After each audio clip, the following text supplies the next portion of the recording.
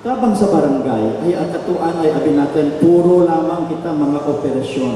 Pero may bigyan kita ng tabang barangay sa mga lain-laing nga barangay. Manan ninyo, amo diya ang una nga warship ng Pilipinas. Kang nag-abot diya rigya sa Pilipinas, halin sa San Diego, USA, dara na ang mga supplies kang tabang antike nga ginpadara ka mga foundation sa Amerika. Naabay ang mga makina para sa cataract operation. Tutanan, usaran natin, libre para kaninyo tanan. Dito natin idukan sa Antique Medical Center. Tungod sa kaduruhon ng mga supplies nga atin nakita, ginusar natin to sa mga barangay.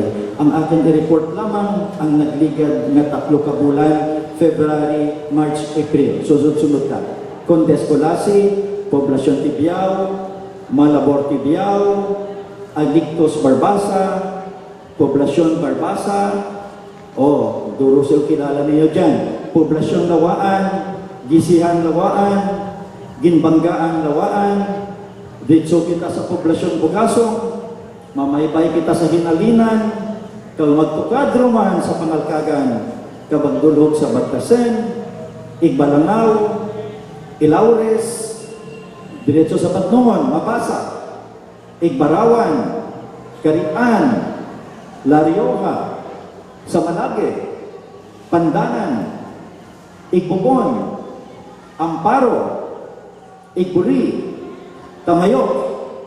Kita ninyo, amuro to kadurong ka barangay sa sagad lamang ka-3 ka bulan ang ginagtunan kang tabang antike. Tirakan natin ang mga kalipay kang tabang antike. Next slide. Siyempre, ginakalipay natin, nga nabuligan natin dyan, na pasyente, bahal-bahal na busyo, bahal-bahal na goiter, na operahan. Next slide, please. Bahal-bahal mga luslos.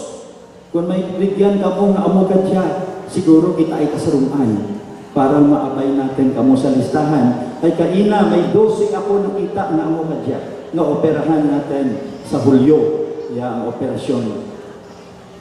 Makita ninyo x-ray, bato, na operahan. Diin rin ang bato, diyan ang bato. Okay, bato luwan, diyan ang bato na likas. Ginhimo man dyan sa tabang antike. Iyata na, bato nga nagsanga-sanga. Pero pagbukas natin ang anang kidney, bulok rin. So hindi lamang bato ginbagal, kundi bilog ng kidney. Makita ninyo, ano kapagalan, no? Dagabusong. Mayoma dyan, no? Ang operasyon. Next slide. Amo dyan ay ang bahal-bahal ruman, no? Grupo dyan ang St. Luke's Medical Center. Dyan, cancer. Gintapyas rin dyan na dila ng pasyente. Dyan makita ninyo, tapang lawaan dyan na pasyente. Ginutras ang anang mata. May mga pasyente ba kita na daw ginakasakit? Diyan nga pasyente, pareho close up, next slide. Manan natin nga bisan wanan ko ka-opera, hindi natin kana mabuligan. Pero worse ang sunod. Nakita natin na hastarigyaran sa ng irap, nagdiret rin ang cancer. Manan natin, may tubig rin diyan, tungod diyan sa cancer ng ovaryo. Hindi rin natin kana mabuligan. Diyan, tagal-libertad. Gin-chemotherapy, gin-radiotherapy, uragid kami timahimo, gaham kang Ginoo. Next. Diyan akong ginakasutod. Tungod diyan nga pasyente kang ako gintawag, ginsakkaan ko, ginagtunan ko sa raya. Kang nakita dyan ang litrato sa Manila, nagbuon ng St. Luke's Medical Center. Libre ang operasyon, libre ang hospital, libre ang doktor. Ginbalikan ko ang pasyente para ipamaan sa pamilya. Ugaring, kung ko hindi ko masabat ang imong pamasahe, ang imong plate paadto sa Manila.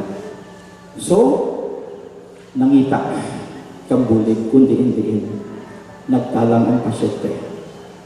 Kung ka anong ginagtunan, hindi ti mo magtawas kay Dr. Elio, hindi ti mo magpa-Manila, hindi ti mo mag-adto dito sa Tabang Antique, ginpadara sa Iloilo.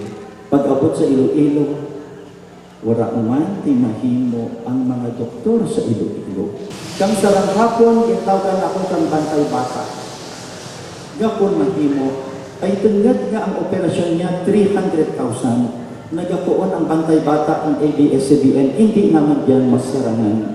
So nagtawag ka natin agad mangayo kabulit, ginbalik ang Ginoo kanakin.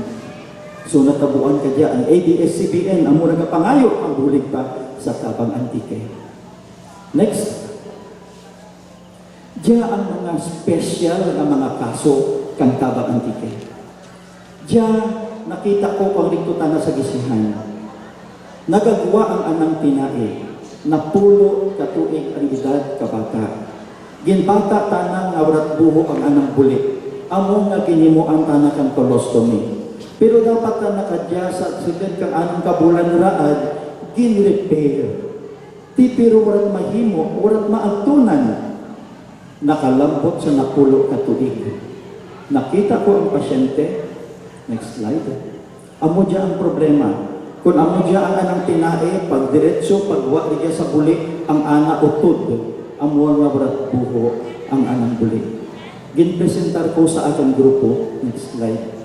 Kung kang grupo, okay. Libre ang hospital, libre ang doktor, libre ang operasyon. Kung may rigyan nga mga gamay nga mga item siguro, amo lang to ang inyong abaydan.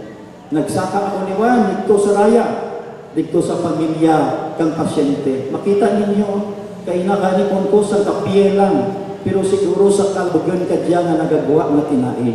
Okay, gindara sa Manila. Yan. Ambay ko na lakit ninyo diyakon sa diin. Next slide, please. Raya na lugar.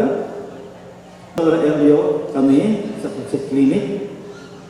Katin-operahan ng pasyente. Ligyaran sa operating room. Next slide. Amuran diya ang buo ka ng bulit. Next slide. Dahan. Okay rin ang pasyente. Next slide. May isang kapasyente pa din. Kanag-adto ako rikto sa kulasi. Kang akin ginascreen ang mga sungit. May nag-abot nga amo dyan. Close up natin. Agad makita ninyo ang problema. Nagagawa ang utok. Okay. Tirikan natin. Darawa kasi mana anang edad. Ito kayo na 5 days anang edad. Next slide. Ginpresentar ko sa Manila. Liwan. Ang una nga nagsapat ay kuon ko, hindi ko lang dyan masarangan. Milyones na rin dyan. Ang aking mga classmate ng high school na tuon, gusto naman mabuhi ang bata. Wala rin ako tinahimo. Kundi himuon ang tanan, agad mabuhi ang bata. Na-contact natin ang Saka Foundation. Pati ang Philippine Airlines Foundation, nag-abot sa kalibo, agad alaw-alawan ang bata kag ang anang mga ginikanan. Kita ninyo, pagkita ay naman kang bata, isang kasimana, antes na maoperahan. December 9. December 8, piyesta kang Immaculate Conception, ginoperahan ng bata. Yaya ng litrato, 1 day after operation. Diyan, sasunod rin ang anang utok, sarado rin ang anang ulo. Next slide, please. January dyan, 1 month after the operation. Next slide, please. Amorin dyan ang bata. Next. Ya ang anang itsura kang 2 weeks ago. Kang bata, makita ninyo, yan ang gurang tanag dyan. Dyan ang rigya anay ang anak utok.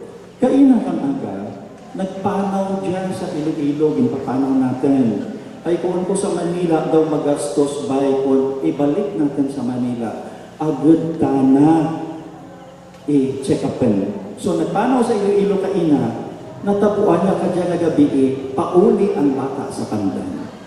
Hindi ka pang bata? Brother, nag-uli rin. Hindi pa, dali. Ang bata na siya, Lydia Kadya, kabiing natin, ay naghapit sanda mayapon sa balay, pauli, halin sa Iloilo, na gabihan sanda, hay daw alas 4, ron sanda nakita. Diya ay ang bata, turog lang, sige lang, na inyo nakita kaina. Nga nagagawa ang anang utok.